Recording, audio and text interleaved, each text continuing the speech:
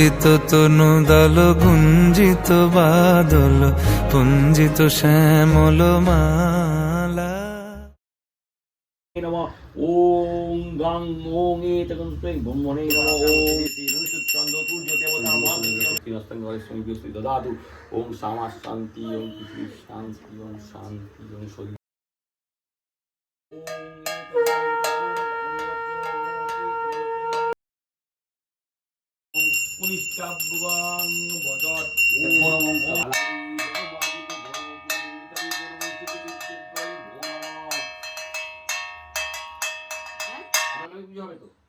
না ওই শুভজিৎ দত্ত দুর্বারসী শুভজিৎ দত্ত দুর্বারসী করতেছ।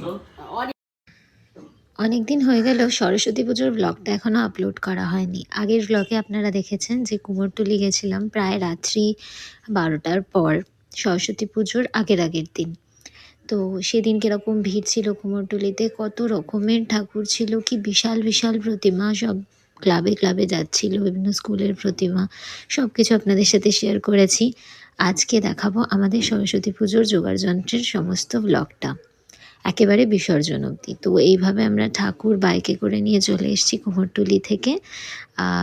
আগের দিন রাত্রিবেলা, মানে পরের দিন সকালে সরস্বতী পুজো নয়, তার পরের দিন সকালে। ঠাকুরের মুখটা কিন্তু ভীষণ মিষ্টি হয়েছে, তাই না? তো ঠাকুর এসে গেছে। এবার আমরা ঘরে সব পরিষ্কার টরিষ্কার করে রেখেছিলাম। আমরা বাড়ি পৌঁছেছি প্রায় 1:30টার সময়। তারপরের দিন সকাল থেকে জোগাড় যন্ত্র করা শুরু করেছি, ধীরে ধীরে ঘর সাজানো। তো এই সব ফুলগুলো আমাদের কিনে রাখা থাকে, মানে এগুলো তো নকল ফুল, কিন্তু কিনে ভালো করে যদি প্লাস্টিকে করে রেখে দেওয়া যায়, পুজো বা কোনো ওকেশনে সাজিয়ে নেওয়া যায়। তো প্রথম কাজ হচ্ছে ঘরটা ভালো করে মুছে নেওয়া, কারণ এখন এর ওপর আলপনা আঁকবো, তারপর তো আর মোছা যাবে না, তাই ভালো করে ঘরটা মুছে নেওয়া হলো। তারপর চান টান করে নিয়ে ব্যাকগ্রাউন্ডটা সাজানো চলছে। ব্যাকগ্রাউন্ড সাজানোর জন্যই নকল ফুলগুলোই ইউজ করি। এগুলো আর্টিফিশিয়াল ফুল কিনে রাখা থাকলে ঘরের সামনে বা যে কোনো পুজোর সময় সাজানোতে বেশ সুবিধা হয়। এগুলো আমরা কিনেছিলাম আসলে আমাদের গায়ে হলুদের আগে, ছাদটা সাজাবো বলে। তারপর ভাবলাম যে ভালোই তো, রেখে দিয়ে সমস্ত অকেশনে কাজে লেগে যাবে। আর এইগুলো হচ্ছে আমাদের অকেশন পারপাস পর্দা লাগিয়ে ভালো করে সাজানো চলছে। এটা পুজোর আগের দিনই আমরা করে নিচ্ছি। ঠাকুর একদিন আগে চলে এলে কি হয়, মানে নিজেরা অ্যারেঞ্জ করার অনেকটা সময় পাওয়া যায়। এটা হচ্ছে তারপরে সমস্ত কিছু হয়ে যাওয়ার পরে বিকেলবেলা আলপনা দিতে বসেছি। ফেব্রিক কালারে আলপনা দিলে যেটা হয় সেটা হচ্ছে আলপনাটা পার্মানেন্ট হয়ে যায়, তোলা যায় না খুব সহজে, মানে 1 বছর রেখে দেওয়া যাবে, তোলা যায় না। বাট যেহেতু আমরা পার্মানেন্ট করতে চাইছি না, তাই আমি করেছি ফেব্রিক কালারের সাথে কিছুটা খড়িমাটি গুলিয়ে নিয়েছি। খড়িমাটি যেহেতু ফেব্রিকের সাথে মিক্স হয়ে আছে, তাই ভালো করে ঘষে ঘর মুছলে কিন্তু এটা পুরোটা উঠে যাবে। আবার শুধু খড়িমাটি দিলে যেমন খুব ইজিলি উঠে যায়, ততটা ইজিলিও উঠবে না।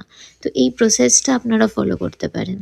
এই যে পুজোর সমস্ত বাজার আমার শাশুড়ি মা, ভাসুর এরা এক এক করে করে এই ঘরে এসে দিয়ে যাচ্ছে, সেগুলো জমা রয়েছে। আর এদিকে আমি ধীরে ধীরে প্রস্তুতিটা সারছি। এর পরবর্তী কাজ হলো এই ঠাকুরের যে পিঁড়িটা রয়েছে তার উপর ঠাকুরকে বসানো। ঠাকুরের পিঁড়ির ওপর হলুদ ফেব্রিক কালার দিয়ে আমি 2 বছর আগে এঁকেছিলাম। তো যেহেতু ওটা ফেব্রিক দিয়ে আঁকা, ওটা অলমোস্ট পার্মানেন্ট। পিঁড়িটা একবার করে ধুয়ে মুছে নিলেই হয়ে যায়। এবার মাটি দিয়ে চারপাশে এই খুঁটি পোতা চলছে।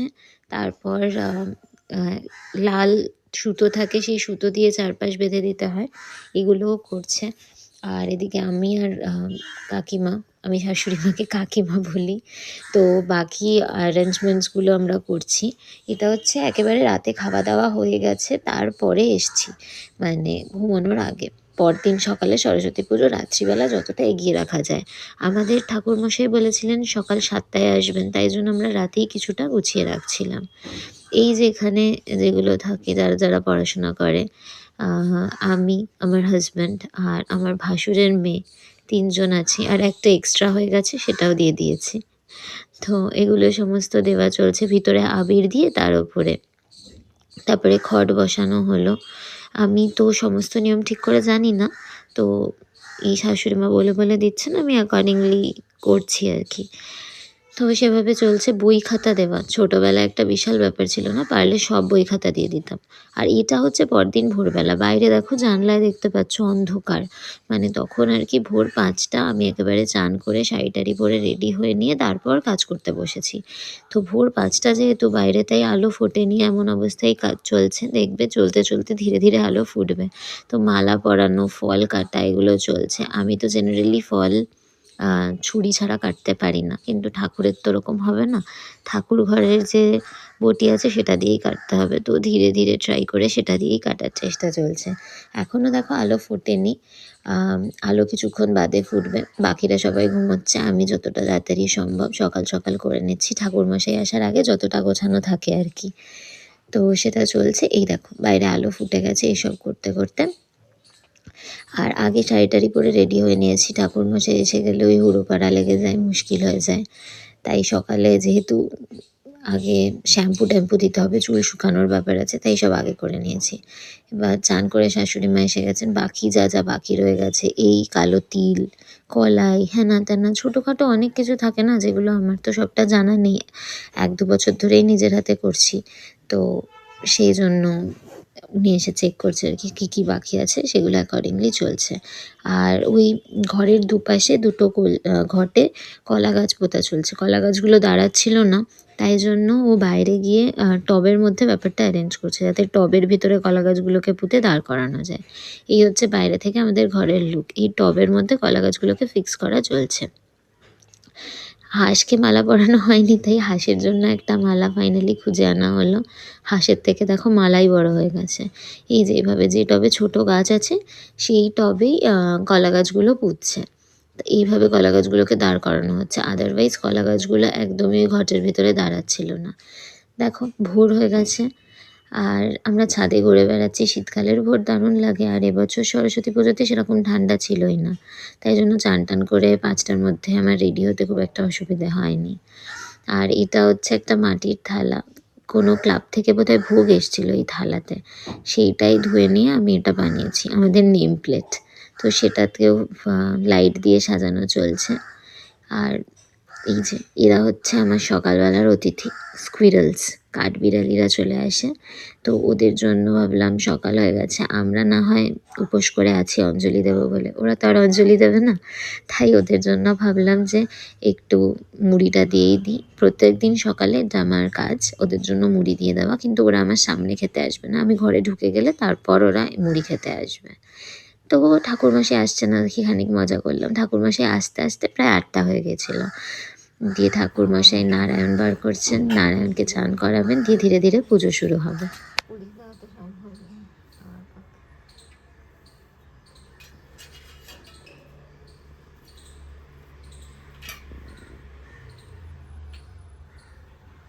আমার পাত্র আছে, আমার পাত্র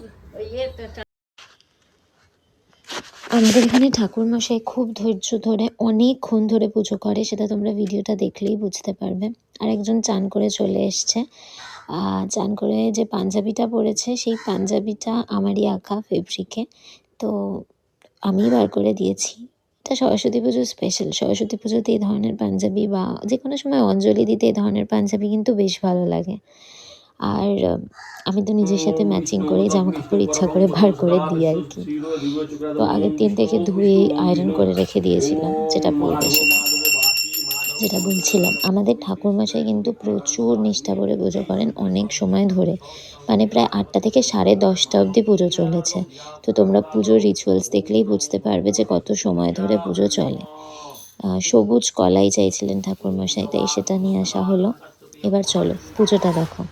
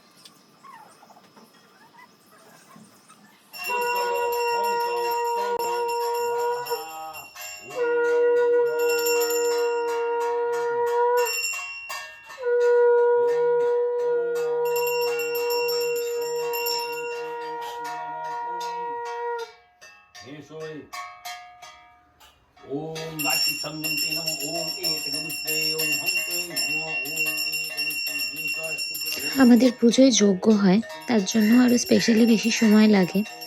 আর এটা হচ্ছে সরস্বতী পুজোর দিন সকালে যে আসল পুজো সেটা হলো। এরপরে বিকেলবেলা আরেকবার আসবেন, তখন সন্ধ্যারতি হবে।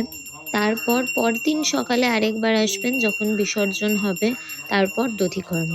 তো টোটাল 3 বার আসেন আর প্রচুর সময় ধরে ভালো করে পুজো করেন। চলো দেখতে থাকো। ওম এতগুরুত্রে নমো ওম এতগুরুত্রে ওম পূজানি ভব ওম এতগুরুত্রে দেবী শক্তি সুলভে পরিবার সম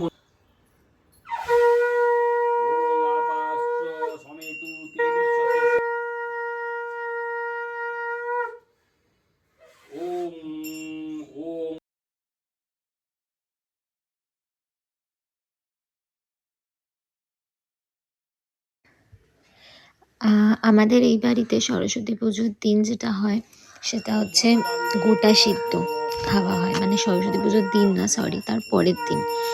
নিয়মটা আমি ভালো করে জানি না, তার কারণ হচ্ছে আমি পার্সোনালি নিজে বাঙাল আর আমার বিয়ে হয়েছে ঘটি বাড়িতে, তাই নিয়মটা আমি নিজেই নতুন জানছি, তাই জন্য ভুলভাল বলছিলাম। সরস্বতী পুজোর দিন তো আমাদের খিচুড়ি, ভাজা, আলুর দম, তারপর চাটনি, পাঁপড় এসব খাওয়া দাওয়া হয়েছে। সরস্বতী পুজোর দিন রাতে আমাদের বানিয়ে রাখতে হবে ভাত আর গোটা সেদ্ধ, যেটা আমরা পরের দিন খেতে পারবো। এটা হচ্ছে নিয়ম। তো সেটা দেখাবো তোমাদের কীরকম কী হচ্ছে। আর এবার সরস্বতী পুজো, এটা হচ্ছে আমাদের অঞ্জলি চলছিল, আর এবার সরস্বতী পুজো পড়েছে হচ্ছে 23শে জানুয়ারি। তো 23শে জানুয়ারি আরেকটা স্পেশাল ইভেন্ট আমাদের বাড়ির কাছাকাছি অঞ্চলে হয়, তো সেটা তোমাদের দেখাবো। দারুণ ব্যাপার কিন্তু। নেক্সট প্রত্যেক বছর 23শে জানুয়ারি হয়, ওটা নেতাজির জন্মজয়ন্তী উপলক্ষে হয়।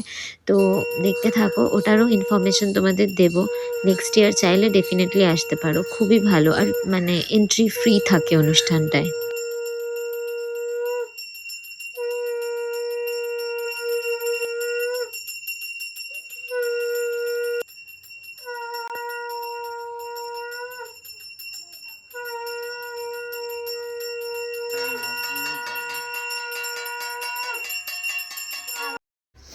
এটা আমাদের বাগানের গোলাপ ফুল, ছোট্ট ছোট্ট গোলাপ, মানে এটাকে হাজার গোলাপ বা এরকম কিছু একটা নাম গাছটার।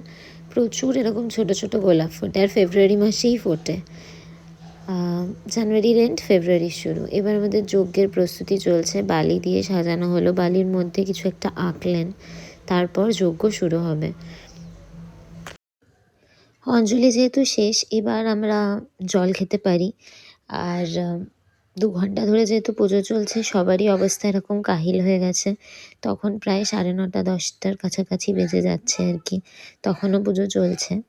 আমাদের প্রায় 10:30 অবধি পুজো চলেছে। বাকি যজ্ঞের অনুষ্ঠানটা দেখো, তোমাদের কেমন লাগে কমেন্ট সেকশনে কিন্তু অবশ্যই জানাবে। আমাদের পুজোর ব্লগ তোমাদের কেমন লাগলো, তোমাদের বাড়িতে কী কী নিয়ম মেনে হয় সমস্ত কিছু শেয়ার করো।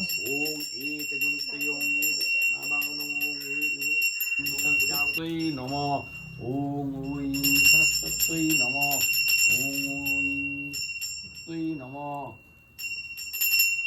ওম ওই সরস্বতী নমঃ ওম ওই সরস্বতী নমঃ ওম ওই সরস্বতী নমঃ ওম ওই সরস্বতী নমঃ ওম ওই সরস্বতী নমঃ ওম ওই সরস্বতী নমঃ ওম ওই সরস্বতী নমঃ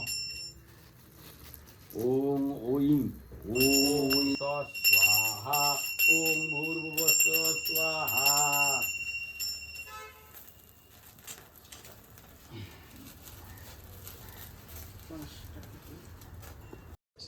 এই যে এখানে যজ্ঞে বেলপাতা দেওয়া হচ্ছে, এগুলো ওই 3টে করে পাতা একসাথে অনেকগুলো বেলপাতা বেছে রাখা ছিল।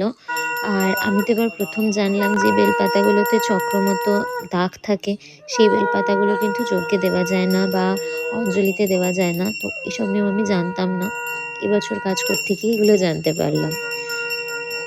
কি সুন্দর লাগছে দেখো, পুরো মিষ্টি, খুব মিষ্টি দেখে ঠাকুর কিন্তু আমরা খুঁজে বেছে নিয়ে এসেছি। যজ্ঞ হয়ে যাওয়ার পরে টিকা লাগিয়ে দিলেন, এরপরে শান্তির জল।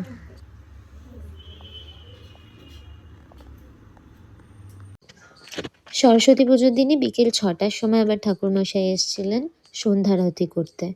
তো সন্ধ্যারতি হয়ে যাওয়ার পর তারপর আমরা যাব গিয়ে আমাদের ওই গোটা সেদ্ধ ভাত এইসবের আয়োজন করতে।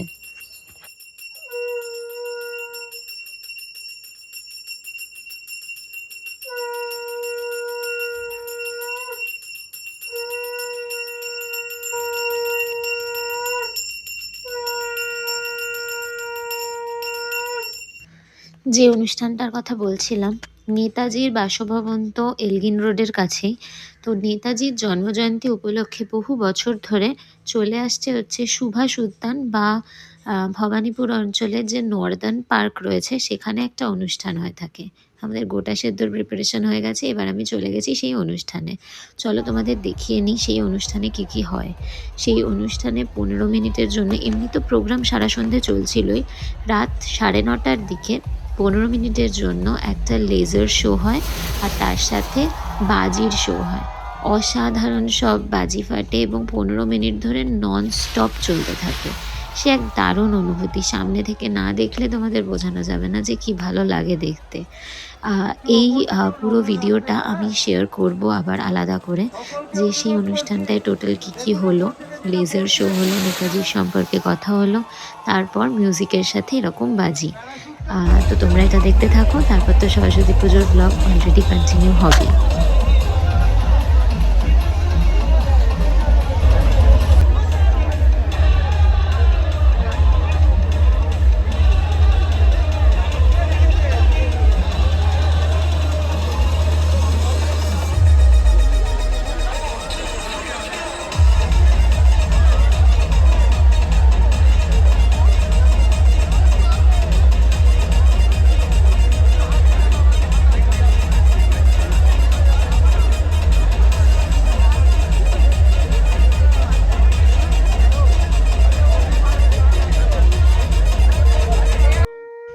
এটা পরদিন সকালে ঠাকুরমশাই এসেছেন, বিসর্জন হবে আর তার সাথে মানে বিসর্জন দিয়ে এসে, মানে উনি দর্পণে বিসর্জন দেবেন, তারপর আমরা ঠাকুর বিসর্জন দিয়ে আসবো গঙ্গায় গিয়ে, তারপর হবে দধিকর্ম, দই খই জিরে এইসব মেখে খাওয়া। তো এখন চলছে আবার আরেকবার পুজো সকালবেলা, বলেছিলাম 3বার করে হয়, তৃতীয়বার চলছে এটা। আর আমরা বিসর্জন দিতে ওই সেমভাবে বাইকে করে নিয়ে চলে গেছিলাম কালীঘাট সংলগ্ন অঞ্চলে, তো সেখানেই বিসর্জন দিয়ে এসেছি। সেই ভিডিও ফুটেজও তোমাদের সাথে শেয়ার করব।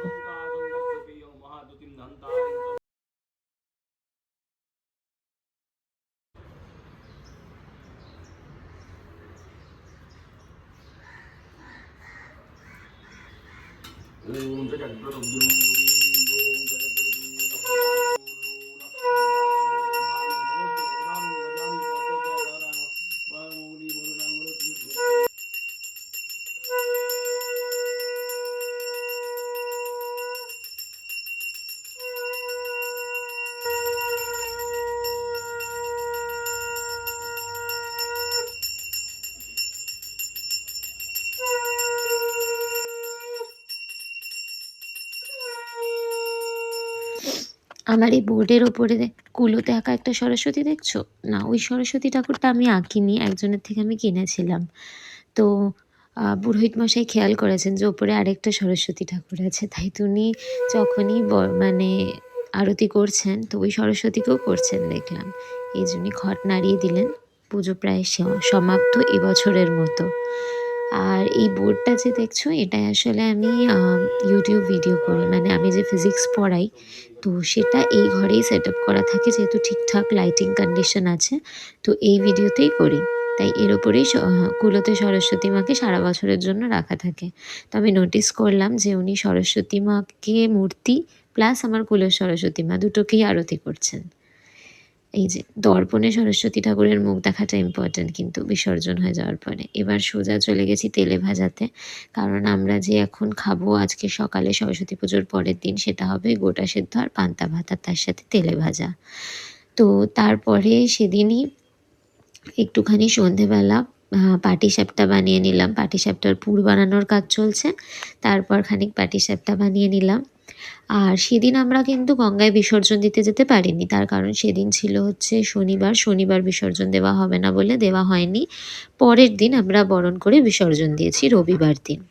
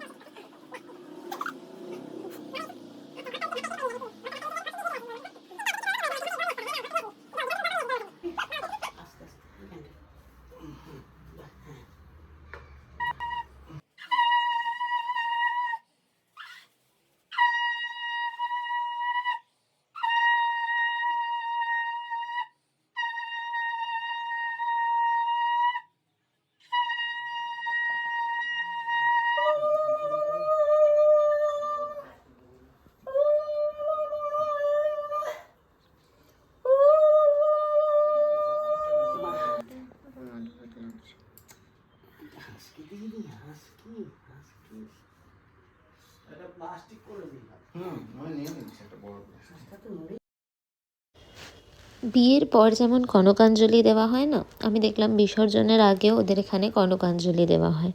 আর তোমরা কি সরস্বতী ঠাকুরের বিদায়ের আগে সরস্বতী ঠাকুরের কান খুঁচিয়ে বলো যে ঠাকুরকে কী চাই? এখানে দেখলাম ওরা সেটাও করে, আগের বছরই দেখেছি, তো এবছরও সেটা দেখলাম। আর এই হচ্ছে সেই কনকাঞ্জলি। এরপরে আর পিছন ফিরে তাকাবে না, আর আমরা তারপর ঠাকুর নিয়ে বেরিয়ে পড়বো। একজন শিল্পী কত কষ্ট করে এই সুন্দর মুখটা বানায় না, তারপর সেটাকে জলে ভাসিয়ে দিতে বেশ কষ্ট লাগে। আমার তো মুখটা দেখে তাই লাগছিল যে কি সুন্দর করে বানানো, ভাসিয়ে দেবো। চলে এসেছি আমরা। এরপরে এভাবে ঘুরতে হবে, ডান দিক থেকে ঘুরতে হবে। দাদা সমস্ত কিছু আমাদের বলে দিয়েছে। দাদার শরীর খারাপ ছিল, তাই দাদা এবার যেতে পারেনি, আমাকেই ঠাকুর ধরে বাইকে পিছনে বসে নিয়ে যেতে হয়েছে। তো তখনও জোয়ারটা পুরোপুরি আসেনি, তাই জন্য জল অনেকটাই নিচে ছিল। এবছরের মতো এই অবধি আমাদের সরস্বতী পুজো। নতুন কোনো ব্লগে নিশ্চয়ই আপনাদের সাথে দেখা হবে। আর সরস্বতী তো আমাদের ছেড়ে যায় না বলুন, আমাদের অর্জিত বিদ্যা, আমাদের শিল্পবোধ সারা জীবন থেকে যায় আমাদের সাথে।